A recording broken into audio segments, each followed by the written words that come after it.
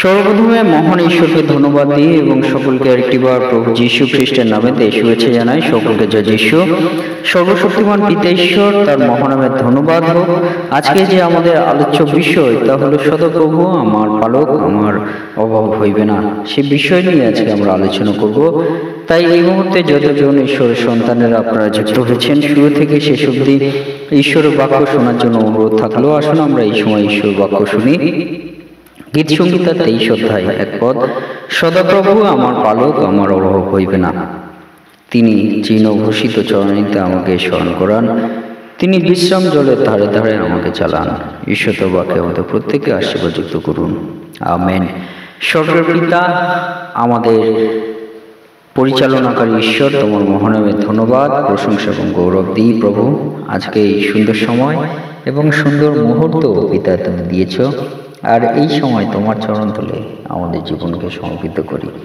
প্রভুকে প্রার্থনা করি তোমার পবিত্র আত্মায় পরিচালনা করো, এবং প্রভুকে আজকে দিনের সমস্ত ভার তুমি নাও, এবং প্রভু যা যা কার্য আছে তুমি পরিচালনা করো যীশু নামেতে প্রভু। এবং প্রভুকে আমাদের আশেপাশে যা কিছু আছে সমস্ত মন্দদার কার্য যীশু নামেতে তুমি স্ক্যান করে বার করো, ভ্যানিশ করো যীশু নামেতে পিতা, এবং তুমি স্পর্শ করো। হালেলুয়া প্রভু, তুমি আশীর্বাদ করলে, রক্ষা করলে, তোমাকে ধন্যবাদ দিই। প্রার্থনা একমাত্র যীশু নামে চাই, আমেন। জয় যীশু, জয় যীশু। আজকে আমরা দেখি আমাদের পিতা ঈশ্বর তিনি আমাদেরকে বলেন যে সদাপ্রভু আমার পালক, আমার অভাব হইবে না।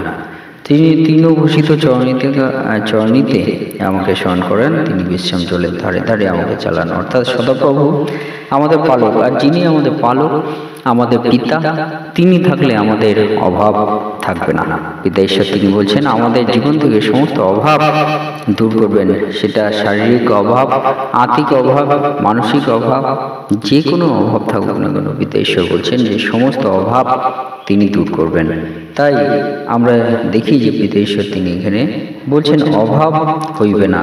সেই অভাব বলতে যে কোনো অভাব থাকুক না কেন, পিতা ঈশ্বর সেই অভাব তিনি দূর করবেন, এবং তিনি আমাদের পালক হয়ে তিনি পরিচালনা করবেন। যেমন আমরা দেখি আমাদের গৃহে যিনি প্রধান থাকে, তিনি আমাদের সমস্ত চাহিদাগুলো তিনি আমাদেরকে যোগান দান করেন, এবং তিনি চেষ্টা করে সেগুলো পরিপূর্ণ করার সঠিকভাবে। আমাদের পিতা ঈশ্বর তিনি আমাদের পালক, সেই পিতা ঈশ্বর তিনিও আমাদের অভাব তিনি দূর করবেন। বলছেন তিনি তৃণভূষিত চরণীতে আমাকে স্মরণ করেন। তৃণভূষিত যেখানে সবুজ সবুজ গাছালি যেগুলো থাকে, সবুজ উদ্ভিদ যেসব জায়গায় থাকে, সেই চরানির কথা বলছে। সেই চরানিতে আমাদেরকে স্মরণ করেন। যদি আমরা কখনো সেরকম চরানিতে আমরা স্মরণ করেছি, কেমন আমাদের ঘাসের উপর আমরা যদি কখনো স্মরণ করে থাকি ছোটবেলায়, আপনারা মনের সেটি আপনারা খেয়াল করে রাখবেন যে সেই চরানিতে স্মরণ করার যে মুহূর্ত, সেটি অনেকটা আনন্দময় মুহূর্ত।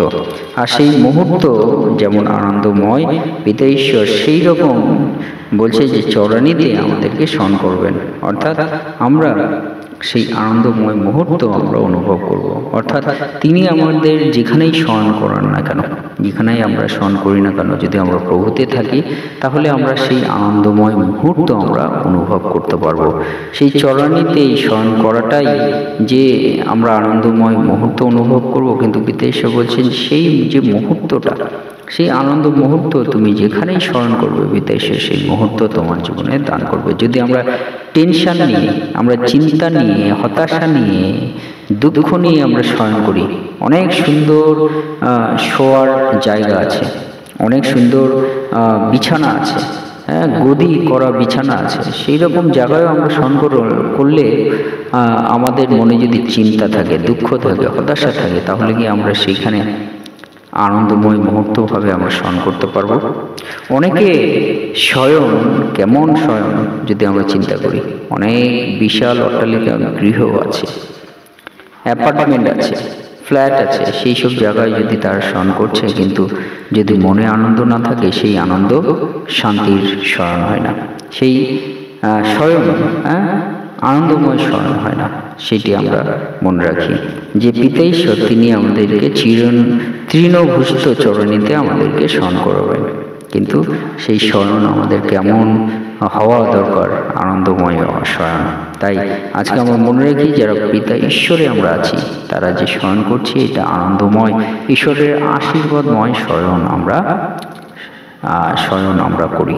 কিন্তু যারা চিন্তা হতাশার মধ্যে শয়ন করছে, অনেক অর্থ সম্পত্তি, অনেক টাকা পয়সা, সমস্ত কিছু আছে, কিন্তু চিন্তার মধ্যে যারা শয়ন করছে, সেই শয়ন কি সুন্দর শয়ন হয়?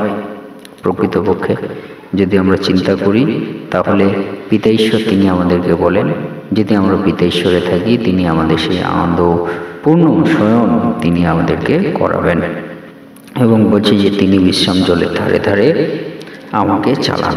বিশ্রাম জলের ধারে ধারে পিতা ঈশ্বর তিনি আমাদেরকে চালান। বিশ্রাম জলের ধার আমরা দেখেছি কি, জল অনেক শান্ত থাকে, অনেক শান্ত থাকে। আর সেই জল কি করে? হ্যাঁ, যদি সেই জলের পাশে কোনো গাছ, উদ্ভিদ, যা কিছু থাকুক, সেগুলো কেমনভাবে বৃদ্ধি হয়? অনেকটা বৃদ্ধি এমনভাবে হয় যেটি চারদিকে সবুজে সবুজে গাছ পরিপূর্ণ থাকে এবং সেই গাছগুলো অনেক স্ট্রং হয়।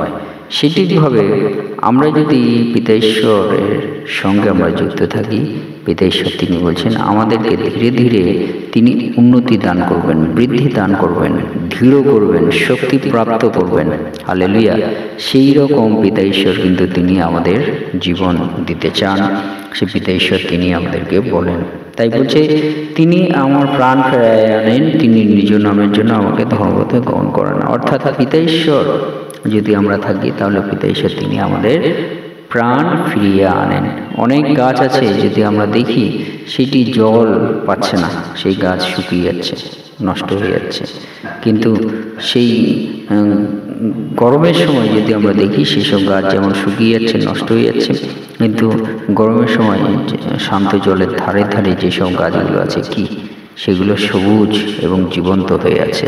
সেটিভাবে পিতা ঈশ্বর তিনি আমাদেরকে বলেন, যদি আমরা সেরকম পিতা ঈশ্বরের সঙ্গে যুক্ত থাকি, সেই পিতা ঈশ্বরের সঙ্গে যদি আমরা যুক্ত থাকি, তাহলে আমাদেরও জীবন তিনি জীবন্ত করে তুলবেন। তাই সেই জন্য ঈশ্বরের এক সন্তান তিনি বলছেন, তিনি আমার প্রাণ ফিরাইয়া আনেন। অর্থাৎ যে জীবন সে ছিল, সেই জীবন থেকে যখন সে শান্ত জলের ধারে ধারে, অর্থাৎ পিতা ঈশ্বরের সম্মুখে সে যুক্ত হয়ে আছে, তখন সেই গাছ কি হচ্ছে?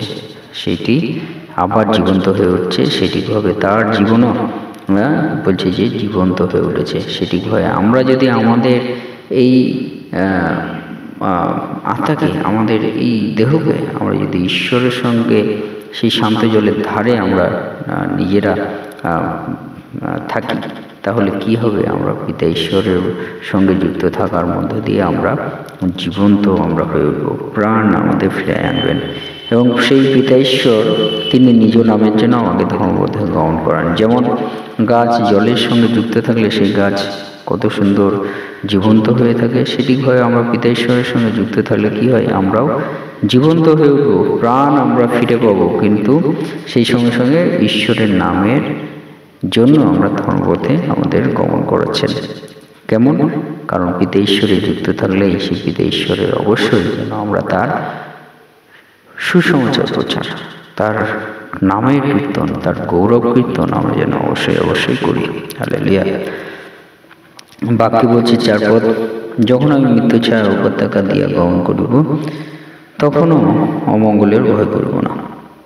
পিতা ঈশ্বর তিনি বলছেন যে মৃত্যু ছায়া উপত্যকা, সেখান দিয়ে যখন আমরা গমন করব, তখনও অমঙ্গলের ভয় করব না। মৃত্যু ছায়া উপত্যকা, যেখানে আমাদের কি হয়? আমাদের সম্মুখে বিপদ উপস্থিত হয়। পিতা ঈশ্বর বলছে সেই স্থান থেকেও তিনি আমাদেরকে রক্ষা করে আমাদেরকে গমন করাবেন। অমঙ্গলের কোনো বিষয় থাকলেও পিতা ঈশ্বর তিনি আমাদের সেই বিষয় থেকেও তিনি আমাদেরকে রক্ষা করবেন। হালেলুয়া! এবং সেই পিতা ঈশ্বর কেন তিনি রক্ষা করবেন? কারণ তিনি আমাদের সঙ্গে সঙ্গে আছেন, তিনি জীবন্ত ঈশ্বর। হালেলুয়া! সে বিষয় পিতা ঈশ্বর বলছে তোমার পাছনে তোমার যষ্টি আমাকে শান্ত দান করে। আর কখনো কখনো আমরা বিশ্বাসী জীবনে যদি কখনো ভুল ভাবে আমরা চলি, ভুল চিন্তায় আমরা চলি, ভুল কার্যে আমরা চলি, তা কখনো কখনো আমাদের পাছনি এবং যষ্টি প্রয়োজন আছে, যেটি আমাদের জীবনের শিক্ষা এবং আমাদেরকে সান্ত্বনা প্রদান করে, আমাদেরকে বুঝতে সাহায্য করে। সেই দয়া ও পিতা ঈশ্বর তিনি আমাদেরকে করবেন এবং বলছে, যদি আমাদের কোনো শত্রু থাকে, বলছে যে তুমি আমার শত্রুগণের সাক্ষাৎ আমার সম্মুখে মেঘ সাজা থাকো, তুমি আমার মস্তক তৈলে সিক্ত করেই আছো, আমার প্রাণপাত্র উল্লিয়া পড়িতেছে। Amen, hallelujah. অর্থাৎ শত্রুগণের সম্মুখেও পিতা ঈশ্বর তিনি আমাদেরকে চলার শক্তি দান করবেন, তাদের সঙ্গে সম্পর্ক করার শক্তি দান করবেন এবং বলছে যে কেবল মঙ্গল ও দয়াই আমার জীবনের সমুদয় দিন আমার অনুসরণ হইবে এবং আমি সদাপ্রভুর গৃহে চিরদিন বসতি করিব। আমেন। এবং আমরা এই প্রতিজ্ঞা আমরা করি, আমরা যেন সদাপ্রভুর গৃহে চিরদিন আমরা বসতি স্থাপন করি। ঈশ্বর তার বাক্যে আমাদের প্রত্যেককে আশীর্বাদ যুক্ত করুন। আমেন। হে আমাদের স্বর্গপিতা, তোমার মহানামের ধন্যবাদ, প্রশংসা, গৌরব দিই। এই মুহূর্তে যতজন সন্তানেরা প্রভু তোমার বাক্য শপথ শ্রবণ করলো, আর সে বাক্যের মধ্য দিয়ে তাদের জীবনে তুমি আশীর্বাদ যুক্ত করো, কথা বলো, তাদেরকে পরিচালনা করো প্রভু, তাদেরকে আত্মিক তৃপ্তি তুমি দান করো, সকলের সঙ্গে সঙ্গে থাকো। সমস্ত ভার তুমি নামে প্রার্থনা প্রভু যীশু নামে চাই। আমেন। জয় যীশু, জয় যীশু।